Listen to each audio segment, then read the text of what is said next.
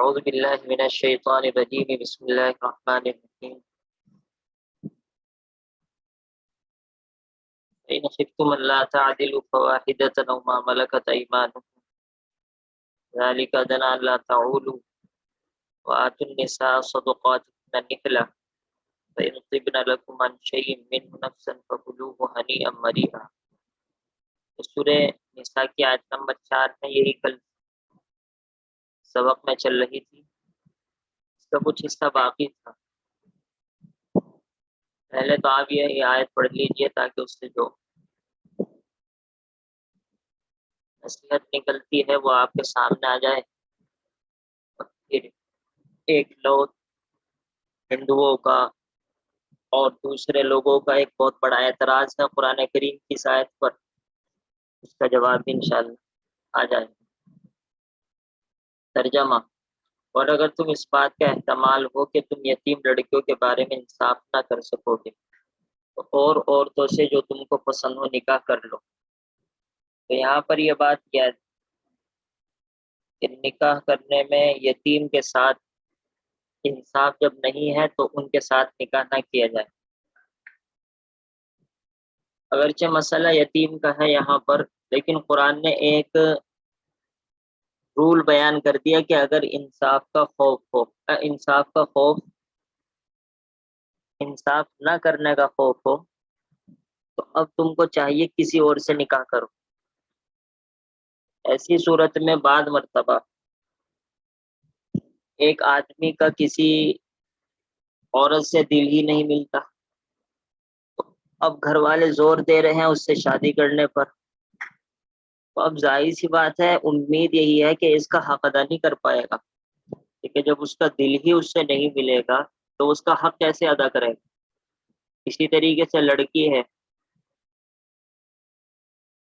بعض مرتبہ کسی سے اتنی نفرت ہوتی ہے کہ نکاح کرنے کا بالکل بھی ارادہ نہیں ہوتا اور گھر والے مجبور کر رہے ہیں، یہ حالات ایسے پیدا ہو رہے ہیں، تو اب یہاں بھی یہی مسئلہ اٹکے گا کہ لڑکی بیوی بن کر شوہر کا حق ادا نہیں کر پائے گی جب اس کا دل ہی نہیں ملتا ہے بالکل۔ تو ایسے موقع پہ گھر والوں کو بھی یہی چاہیے کہ کہیں اور نکاح کریں اور اس بات کو سمجھیں کہ خدا نخواستہ ایسا نہ ہو یہ میاں بیوی بننے کے بعد ایک دوسرے کا حق ادا نہ کر پائے۔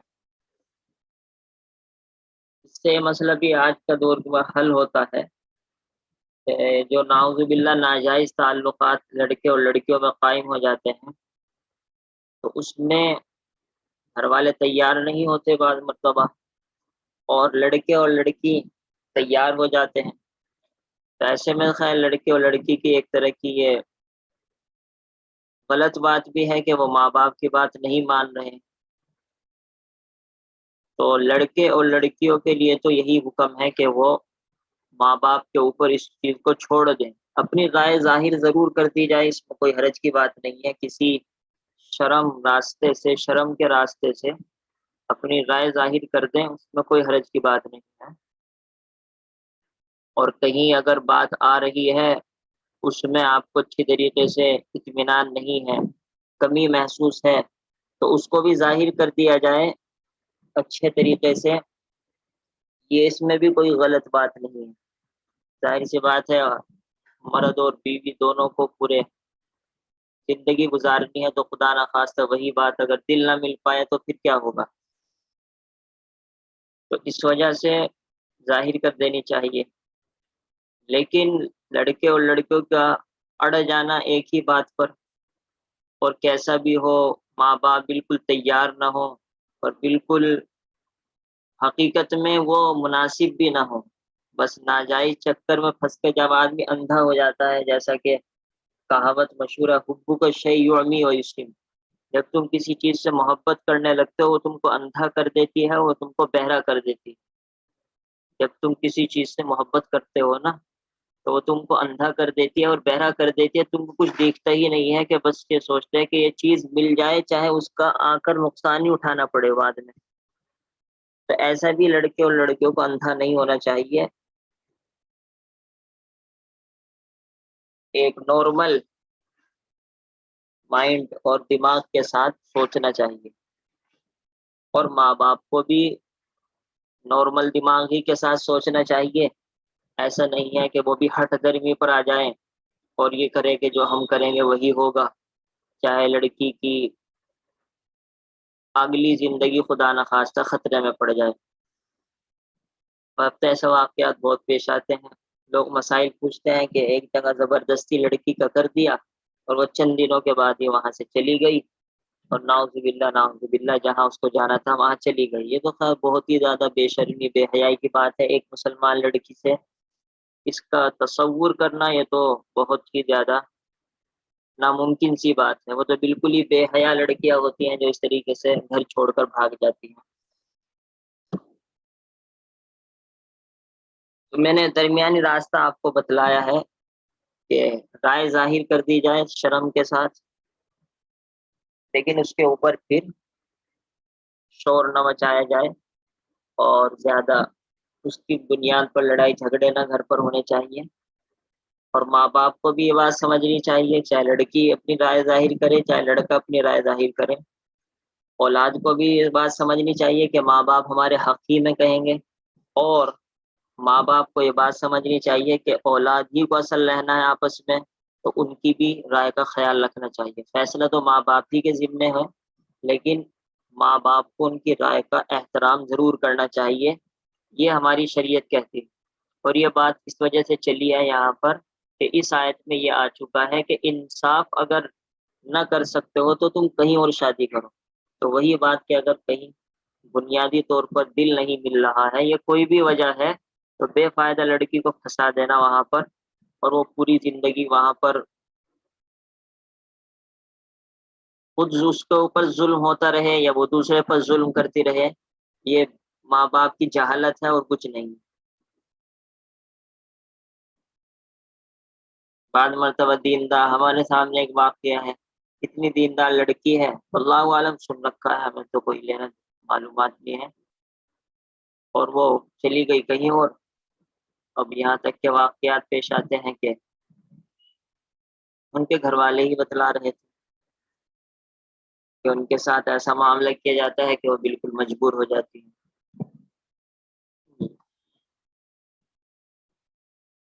تو یہ شریعت کا خیر ایک اصول معلوم ہوا ہے یہاں پر اس آیت شریفہ سے. نمبر 2، عورتوں سے جو تم کو پسند ہو نکاح کر لو. یہاں پر عجیب لفظ قرآن نے استعمال کیا ہے، جو تم کو پسند ہو، اور ظاہر سی بات ہے شوہر سے بات ہو رہی ہے، اس وجہ سے شریعت نے شوہر کو اختیار دیا ہے کہ جو پسند نہ آئے اس سے نکاح کیا جائے. ایسا نہیں ہے کہ وہی بات جو میں بھی کہہ رہا تھا کہ ماں باپ اس کے اوپر تھوپ دے.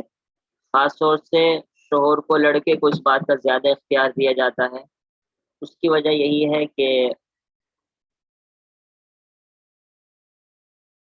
شوہر کو اس طرف زیادہ توجہ ہوتی ہے، لڑکی کو اس طرف توجہ زیادہ نہیں ہوتی. کچھ مزاج اس طرح کا بنایا گیا ہے، مردوں کا مزاج اس طرح کا بنایا گیا ہے اور عورتوں کا مزاج اس طرح کا بنایا گیا. عورت سب کو برداشت کر سکتی ہے لیکن مرد برداشت نہیں کر پاتا. وہ بہت ساری اندر کی باتیں ہوتی ہیں، وہ مجھے پتہ بھی نہیں ہے اور میں بتا بھی نہیں سکتا ہوں. تو خیر یہاں پر یہ ہے کہ پسند کی بنیاد پر شادی نکاح کرے تو یہ کوئی ناجائز بات نہیں ہے، لیکن اس کے لیے ناجائز راستے اختیار کرنا ناجائز ہے. یہ بہت اہم بات ہے. جو بالکل کیا کہتے ہیں بے شرم ہوتے ہیں وہ تو اس قرآن کا اس لفظ کو لے کر بڑے شور مچائیں گے، دیکھیے پسند کی شادی کرو، پسند کی شادی کرو، اور اس کے لیے ناجائز تعلقات خود ہی قائم کر لیں گے، خود ہی سب کچھ مسائل حل کریں گے، اور ماں باپ سے اب نام نام کے رہیں گے. اور ماں باپ بعض مرتبہ رہیں گے بھی نہیں، بلکہ وہ ایک دوسرے کے ساتھ چلے جائیں گے کہیں، اور پتہ بھی لگے گا ماں باپ کو کیا ہوا، اور کہیں گے پسند کی شادی ہو رہی ہے ہماری، تو قرآن کہہ رہا ہے. تو یہ تو سب دھوکہ دے رہے ہیں قرآن کے ذریعے سے. اور ایک پسند کا مطلب یہ ہے کہ لڑکا اظہار کرے کہ ہاں ہمارا نکاح وہاں ہونا چاہیے، وہاں ہمیں اطمینان ہے. لڑکی کے لیے بھی گنجائش ہے، میں پہلے ذکر کر چکا ہوں، لیکن خاص طور پر اس آیت سے تو قرآن یہ کہہ رہا ہے کہ پسند کی شادی کی جائے. لیکن اس کو اچھی طریقے سے یاد رکھے، میں دونوں باتوں میں فرق کر رہا ہوں، کوئی میری بات کا غلط مطلب نہ نکالے. آج کے دور میں اصل میں آدمی اپنے اپنے مطلب کی بات سنتا ہے اور اس سے الٹے الٹے مطلب نکالتا ہے. ابھی ایک جگہ ہی جانا ہوا، انہوں نے یہ سن رکھا ہے لڑکیوں نے کہ ساس سسر کا کوئی حق نہیں، اب وہ بیچارے ان کے ساس سسر کی گت بنا رکھی ہے، حالانکہ مسئلے معلوم نہیں ہوتے پورے طور پر، پوری احادیث قرآن معلوم نہیں ہے، بس اڑتی بات کسی سے سن لی اور بس اپنی مطلب کی بات نکال لیتا ہے اور کچھ بھی نہیں ہوتا، شیطان دھوکا دیتا ہے۔ تو کہیں ایسا نہ ہو اس آیت سے بھی ہر آدمی اپنی اپنی مطلب کی بات نکال لے۔ اس کے بعد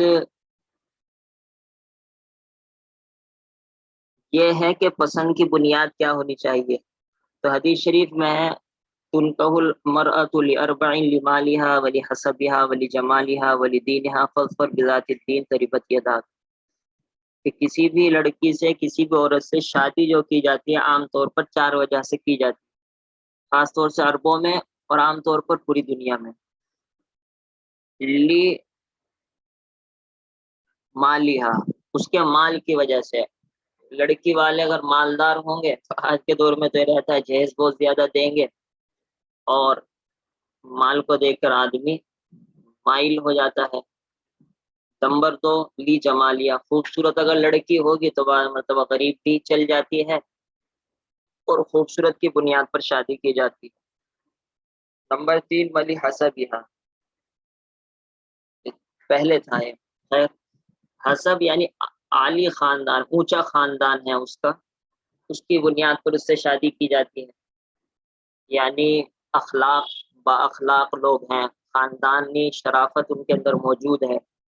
اور نمبر 4 ولی دین یہاں، اس کے دین کی بنیاد پر شادی کی جاتی ہے کہ لڑکی دیندار ہے۔ تو عام طور پر تو یہ ہوتا ہے، لیکن آپ صلی اللہ تعالیٰ علیہ وسلم فرمایا فاظفر بذات الدین، کہ جب تمہارا نمبر آئے تو دیندار عورت کے ساتھ کامیاب ہو جانا، یہ کہا نبی نے کہ دیندار عورت کے ذریعے سے آپ کامیاب ہو جانا، یہ بھی نہیں کہا کہ دیندار عورت سے شادی کرنا، مطلب یہ ہے کہ دیندار عورت سے شادی کرو گے تو کامیاب ہو جاؤ گے، یہ صاف صاف حدیث میں آ چکا۔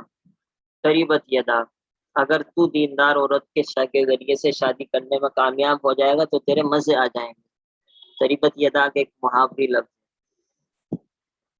تو یہاں پر یہ بات چلی تھی کہ جو تم کو پسند ہو نکاح کر لو۔ اس کے بعد یہ ہے 2-2 اور 3-3 اور 4-4،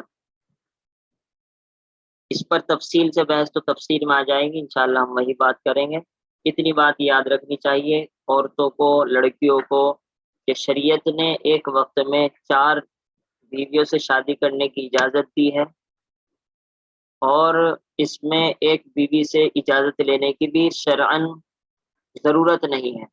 کوئی اخلاقی طور پر پہلی بیوی سے مشورہ کرتا ہے، اجازت لیتا ہے تو اچھی بات ہے، لیکن اگر وہ بغیر اجازت کے، بغیر مشورے کے دوسری عورت سے شادی کرتا ہے تو وہ کرے، لیکن سب سے اہم بات وہی ہے جو آگے آ رہی ہے کہ جبکہ انصاف کا پورا یقین ہو آپ کو، اور اگر ڈر یہ لگ رہا ہو کہ میں انصاف نہیں کر پاؤں گا، ایک عورت خوبصورت ہے، ایک کی عمر زیادہ ہے تو میرا تو میلان زیادہ اسی طرف ہو جائے گا، سب کچھ میں اسی کا کرتا رہوں گا، تو اب آپ کے لیے جائز نہیں ہوگا کسی دوسری سے شادی کرنا، کسی تیسری سے، کسی چوتھی سے شادی کرنا، یہ بہت اہم ہے لڑکوں کے لیے۔ جیسے میں نے کل بھی کہا تھا کہ عورتیں اس بات کو ماننے کے لیے تیار نہیں کہ 2-2 3-3 4-4 کی اجازت کیسے ہو گئی، ان کے مزاج کے خلاف یہ بات پڑ جاتی ہے، اور مرد اس بات کو سمجھنے کے لیے تیار نہیں کہ اگر انصاف نہیں کرو گے تو قرآن ہی کہہ رہا تو ایک ہی کرو، بس اگر تم کو احتمال ہو اس کا کہ وہ کہ عدل نہ رکھو گے تو پھر ایک ہی بیوی پر بس کرو، یعنی ایک ہی سے شادی کرو، یا جو لونڈی باندی سب ایک ہے، عربی میں اس کو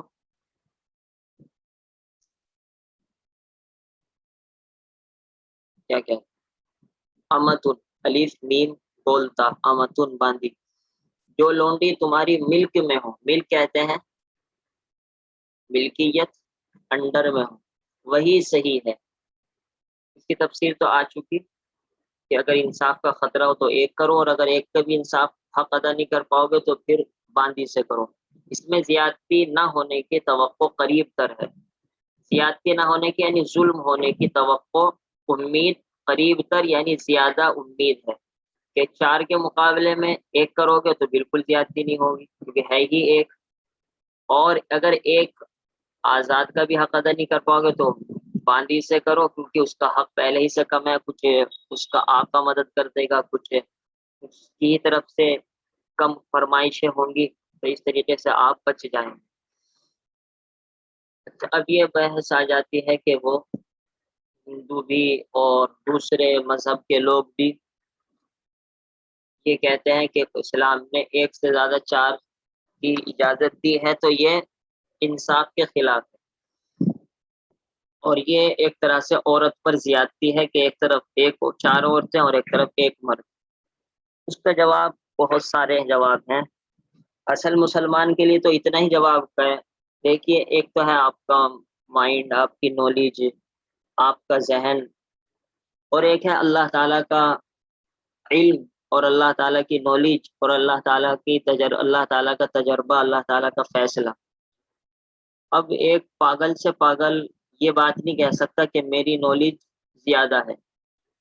جو آدمی اس آیت پر اعتراض کرے گا، یہ تو وہ صاف صاف الفاظ میں یہ کہہ رہا ہے کہ اللہ کی آیت ہے ہی نہیں، تو مسلمان نہ تو اس بات کو کہنے کے لیے تیار ہو سکتا کہ اللہ کی آیت نہیں ہے، نعوذ باللہ قرآن کی ایک لفظ میں بھی شک کرنا کفر آدمی کو کافر بنا دیتا ہے۔ اور دوسری بات یہ رہ جاتی ہے کہ ٹھیک ہے اللہ کی آیت تو ہے، یہ اللہ کا حکم تھا، لیکن اللہ کا حکم ٹھیک نہیں ہے، نعوذ باللہ۔ تو اس کا جواب یہ ہے کہ پھر آپ اپنے اوپر زیادہ اعتماد کر رہے ہیں کہ آپ کی نالج، آپ کا تجربہ زیادہ ٹھیک ہے، اور نعوذ باللہ اللہ تعالیٰ کا حکم، اللہ تعالیٰ کا علم بیکار ہے۔ تو یہ ایک مسلمان کیسے اس کے لیے تیار ہو سکتا ہے؟ بلکہ ایک ہندو اور ایک غیر مسلم بھی ان دو باتوں پر غور کرے گا، وہ بھی اس کے لیے تیار نہیں ہو سکتا۔ لیکن جن کا کام ہی اعتراض کرنا ہو، ان کو جواب عقل کی بنیاد پر دینا پڑتا ہے۔ مخالفین مذہب اسلام ایک اعتراض یہ بھی بڑے زور و شور سے کرتے ہیں کہ ان کے یہاں چار عورتیں رکھنے کی اجازت ہے، مگر شریعت اسلام کا یہ فیصلہ انسانی فطرت کے مد نظر کیا گیا ہے۔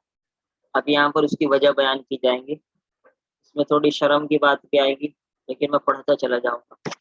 اسلام سے پہلے بھی پوری دنیا کے تمام مذہبوں میں کئی کئی بیویاں رکھنا جائز تھا۔ پہلے تو یہی ہندوؤں کو کہا جائے گا کہ تم اپنے ویدوں میں دیکھو، تمہارے ایک ایک کیا کہتے ہیں پنڈت، بلکہ جو مشہور ان کے وہ ہیں 100 بیویاں، بلکہ ہزار تک کی بیویوں کا ذکر آتا ہے۔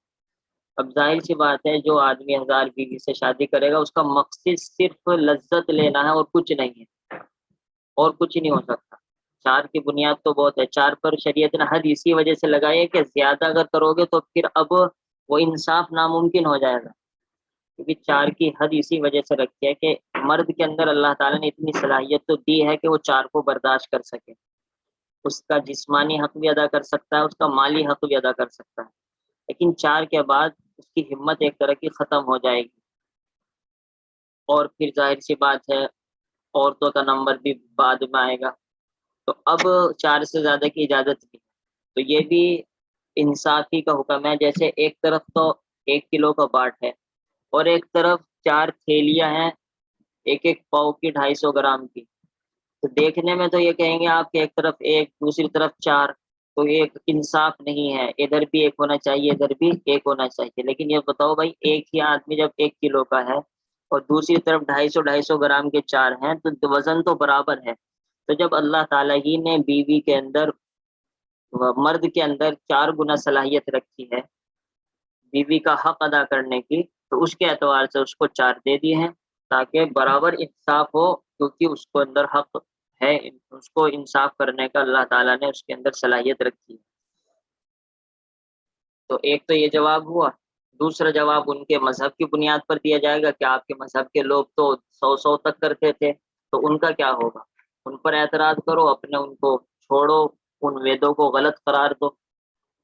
اور اسی طرح کہ حضرت داؤد، یعنی عیسائیوں کے جو نبی جن کو وہ مانتے ہیں، ہم تو سبھی نبیوں کو مانتے ہیں، ان کے یہاں بھی مشہور ہے حضرت داؤد کی تو 99 بیویاں تھیں، قرآن میں اس کی طرف اشارہ ہے، صراحتاً تو نہیں۔